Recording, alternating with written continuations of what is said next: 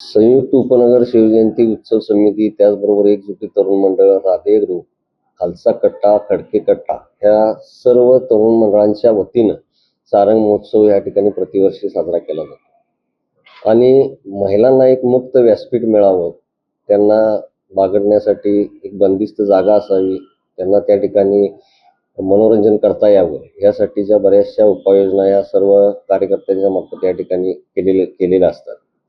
आणि त्याचा लाभ घ्यावा ह्यासाठी आम्ही प्रतिवर्षी या ठिकाणी विनंती करत असतो. यावर्षी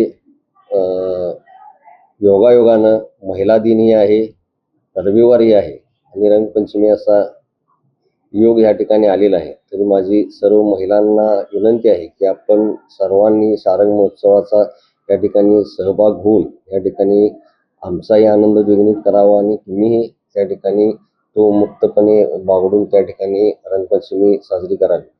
महिला दिनाच्या निमित्तानं या ठिकाणी एक विशेष भेटवस्तूंचं नियोजन हे नक्कीच करण्याचं आमच्या सर्वच कार्यकर्त्यांचे नियोजन आहे. परंतु हे नियोजन जाग्यावर आल्यानंतरच त्यावेळेला महिलांना कळेल अशा पद्धतीची संकल्पना सर्व कार्यकर्त्यांनी या ठिकाणी मांडलेली आहे.